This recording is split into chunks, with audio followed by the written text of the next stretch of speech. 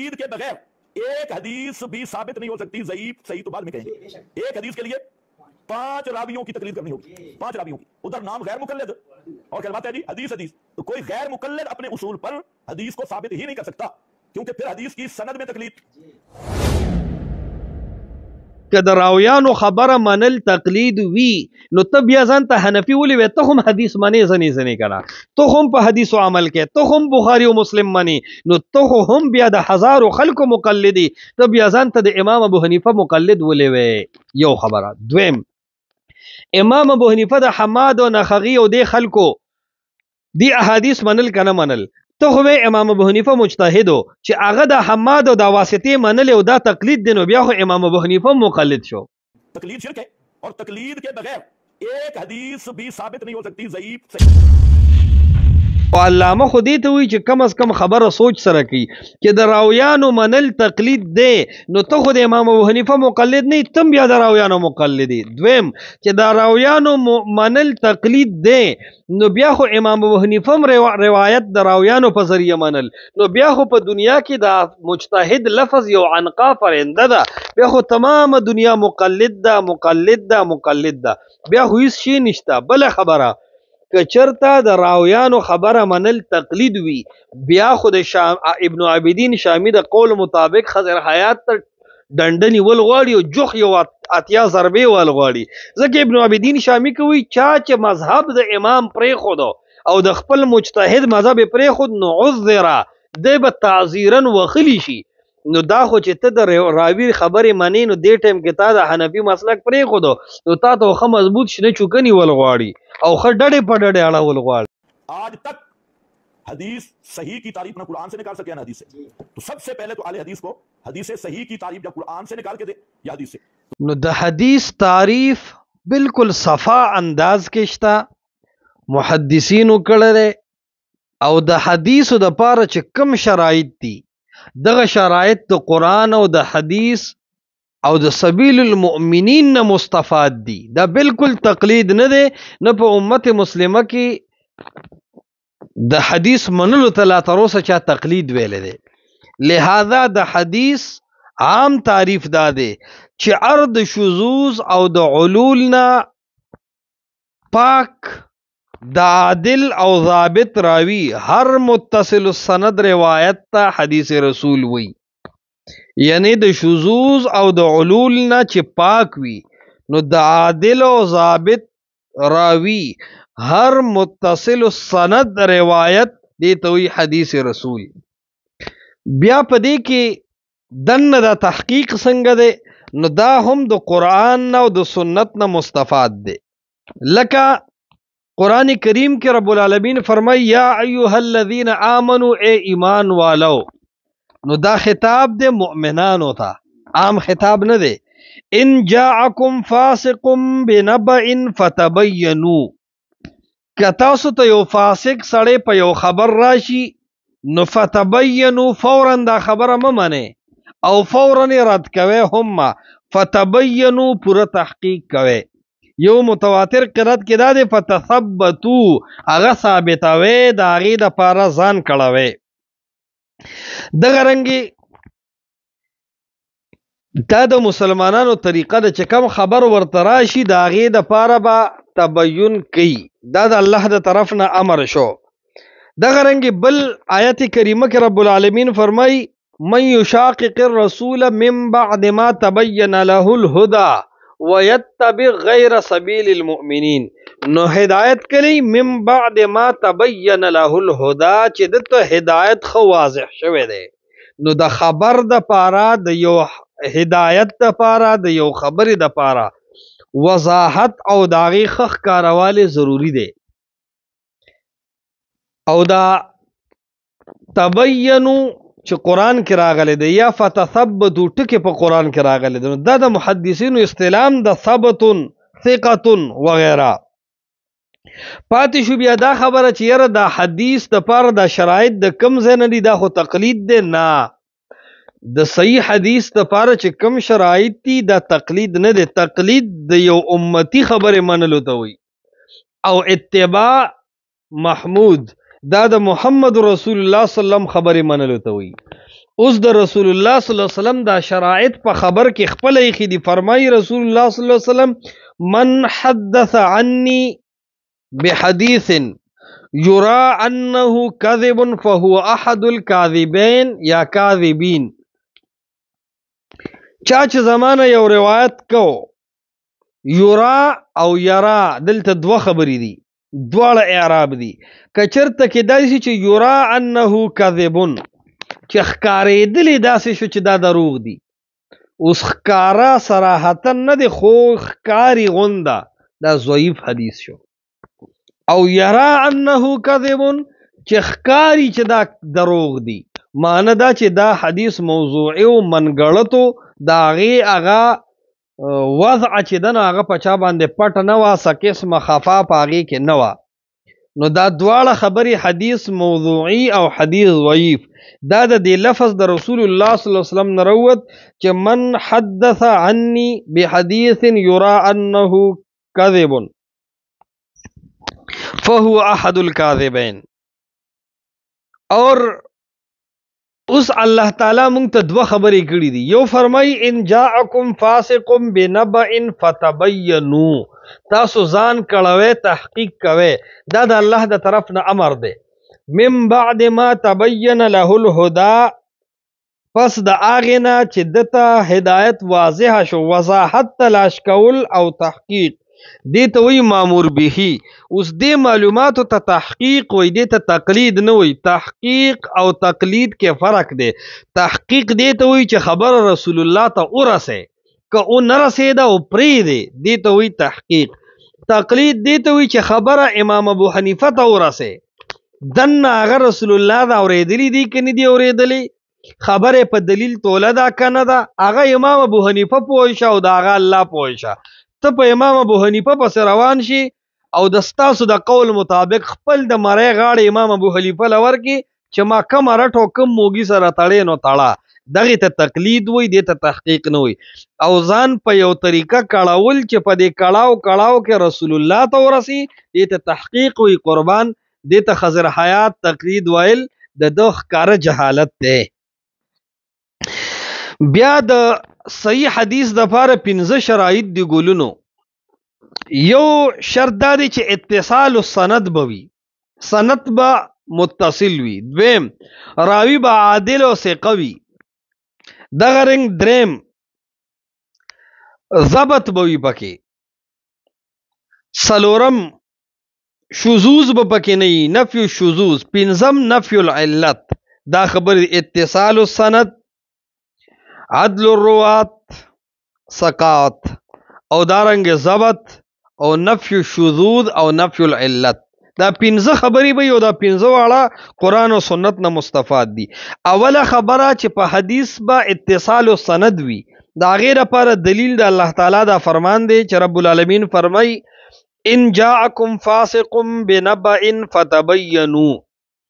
ان جاءکم کتاسو تراغه نو تحقیق کوي، نو تا ته براتل د یو روایت شوی، دا د جاءکم نه دا اتصال السند راغی. او اتصال السند ثابتول چې دی هغه د فتبینون مستفاد شوی دی. نو دا د دلیل نه ثابت شوی خبره ده، دې ته تحقیق وي. او چې کله د امام ابو حنیفه د قول نه ثابت شي، دا به بیا تقلید وي. او دا د دې خبرې دلیل دی چې کله ان جاءکم فاسق بنبأ خبر یوړو، نو د خبر د پاره لابودی د یو ناقل او د مخبر نه، هغه ته وی سند. سورۃ الانفال 21 آیت کې الله فرمایي ولا تکونوا کالذین قالوا سمعنا. مکیږي پشان د هغه خلکو چې هغه وی مونږ ووریدل وهم لا يسمعون او دی نه اوریدلې. نو دا سمع او عدم سمع پته بسنګ لګي، په تحقیق به لګي او په اتصال السند باندې به لګي. نو د حدیث د پاره لومبه شرط چې کم اتصال السند دی، هغه د دې دوه آیاتونو نه مستفاد دی. دویم شرط د صحت الحدیث د پاره دا دی چې عدالت د راوی وي. عادل راوی به د عادل نه نقل کړي، ثقه به د ثقه نه نقل کړي. دا نه چې احمد سعید ملتانی نه خضر حیات وریدل او د خضر حیات نه چې کم دنو پنځپریانو وریدل او دا حدیث شو یا دا اصول شو، اوس به پر روایت تلو.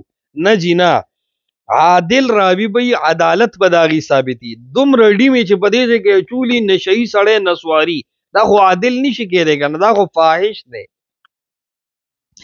نو قرآن کې فرمایي الله تعالی واشهدوا ذوی عدل منکم، دا عدالت په گواهی کې قرآن ذکر کړی دی. دو عادل خلق دی وی. سورۃ الطلاق 2 آیت. دارنګ فرمای ان جاءکم فاسقون، چې کله فاسق راشي نو د فاسق مفهوم مخالف دی عادل. نو د لومبي شرط اتصال السند د پاره هم آیت شته، د دویم شرط د پاره هم واشهدوا ذوی عدل منکم. دا دلیل په دې خبره باندې چې دا روایت د رسول الله نه نقل کوونکې به عادل وي او ثقه به وي. درېمه خبره چې ضبط به وي پکې، حافظه به هم لري. او دا شرط هم د قرآن د سورت بقره 282 نمبر آیت نه مستفاد ده. رب العالمین فرمای ان تظل احداهما فتذکر احداهما الاخرى، یو بل ته یادول پکې ضروری دي. نو ضبط به پراوی کې وی، ځکه خزي دوا کړي چې چرته کې یې را پیرانی شي. حدیث د ابن حبان کې نظر الله امرا سمع منا حدیثا فبلغه کما سمعه، حدیث دا سے رسول څنګه چې اوریدلې ده، دا ضبط ده. دا الله تعالی په ابو هريره او په صحابه کې خو، او دا غینه بعد د محدثینو پورې چې منځ کې کم سند ده عادل او ضابط خلق الله تعالی دې لپاره مقرر کړو او چان کړو.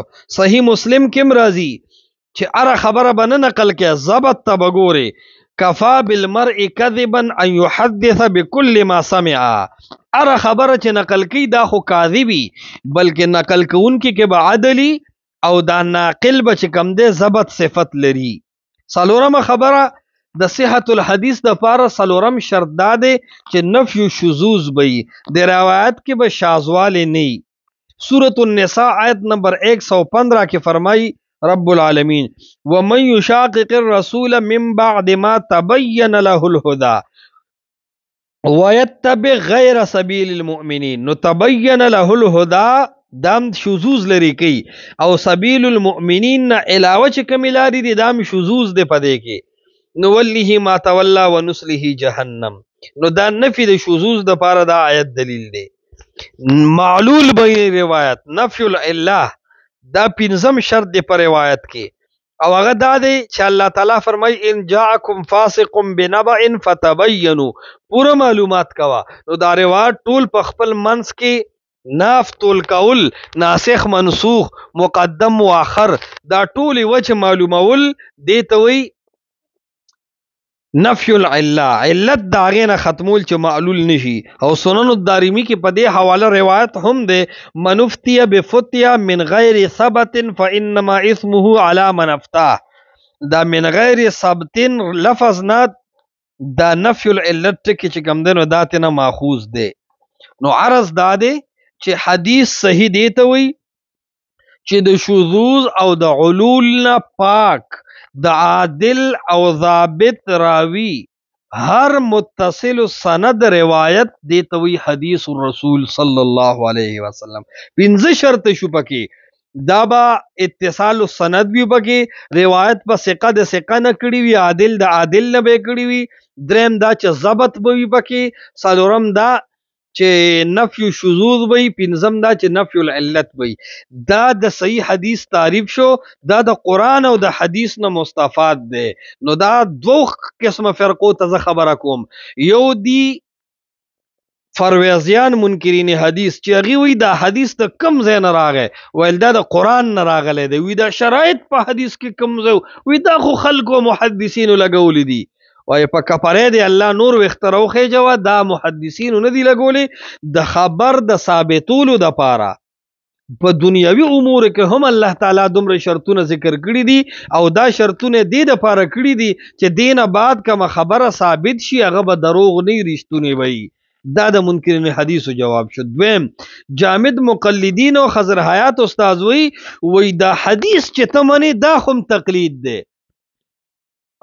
د توای ته چې کلم کلیف کې خضر حیات صاحب ته خو په علامه ټکی خوشاله کې نو مونږ به ته علامه مو وایو استاد اړه د پاره، خو ته دومره ډیم چې دې ځای چې نو ورسره دې ځای ما چوا، ځکه دینه بغیر د دماغ او زاویه ګډه وډه کیږي بیا چې عادت یې په. نو ته یاد ساته په تحقیق او په تقلید کې فرق وکا. تحقیق دیته وي چې ته د رسول الله خبرې ته ځان ورسې.